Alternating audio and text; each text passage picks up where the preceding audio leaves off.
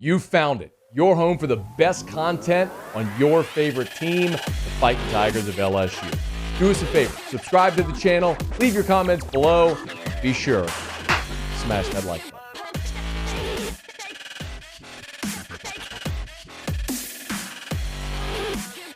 This is the time when, the day after the national championship, you start to see the way too early top 25s come out and all the prognostications for next year. And, of course, you got to throw with a big asterisk that there's a lot to still be determined. Rosters are still going to be set. You're going to have spring football. You're going to have injuries. You're going to have a whole nother round of transfer portal defections coming up after spring football. As I always remind you, Joe Burrow didn't even join LSU until after spring football in 2018.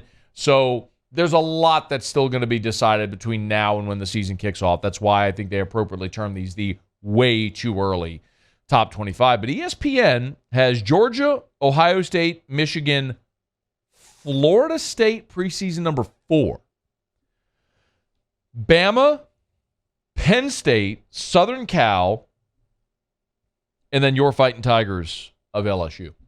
ESPN has LSU number 8 in the way too early preseason top 25 for next year. Of course, they put a whole list of key losses. Kayshawn, Jarek, Ali Gay, J. Roy, Ojulari, J. Ward, Mekhi Garner, but a lot of key additions and a pretty positive outlook for year 2 of the Brian Kelly era. So LSU preseason number 8 from ESPN, Oregon 9, and Tennessee 10.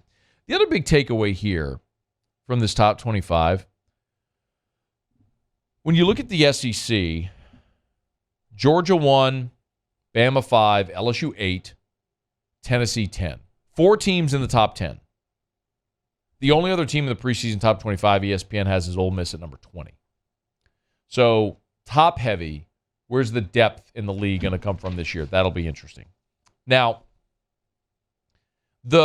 and hat tip, I think it was Go247 that did the legwork and put all this together. It was a list of all the preseason top 25, the way too early top 25s that have come out, and listed LSU's rankings in them. 247 Sports has LSU 7th.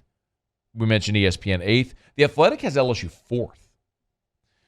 Bleacher Report 12, USA Today 11. Fox Sports has LSU the lowest at number 18, but that's absurd.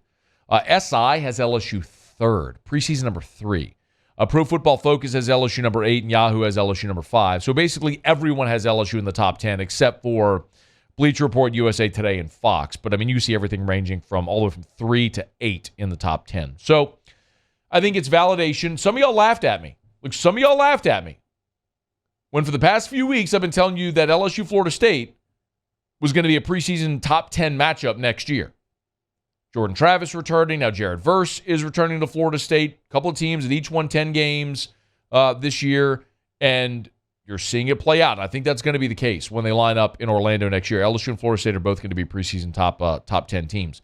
I think this does speak to the need for depth in the league. Georgia, Bama, LSU, Tennessee, if they're at the top, who else? Where does the league get the depth? Who steps up?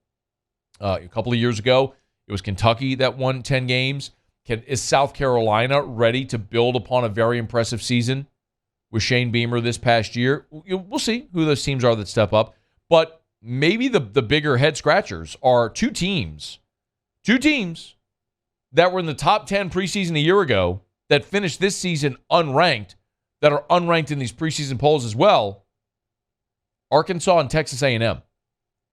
Arkansas, of course, face-planted with their Heisman Trophy candidate, KJ Jefferson, who's returning. I say that tongue firmly planted in cheek. For those that don't know, I had a bet with a radio buddy in Arkansas who bet me that KJ Jefferson would be a Heisman finalist this year. Needless to say, he owes me a very expensive dinner. KJ Jefferson's back, but Arkansas, no preseason top 25. And the other team is A&M. A&M last year, despite the jokes about Texas 8-4, which are legitimate, on the backs of a strong signing class, they were a preseason top 10 team. We know what happened. They went 5-7. They finished unranked, obviously. They've lost 25 guys off their roster to the transfer portal. And they got a whole lot to prove next year, does Jimbo and the folks in Aggieland. Maybe the most fascinating story in college football next year, Texas A&M. Another one I'll tell you about is Tennessee. How about the love for Tennessee being preseason top 10, despite losing Hendon Hooker, Jalen Hyatt, Cedric Tillman? You're losing a lot off that offense. The offense which drove the bus for Tennessee this year. How good are they going to be next year without those guys? It's very much a prove-it year for Josh Heupel. People are giving him the benefit of the doubt. We'll see if they can live up to it. Hey, thanks so much for watching. Please leave your comments. I love to interact. And be sure to hit the red subscribe button below.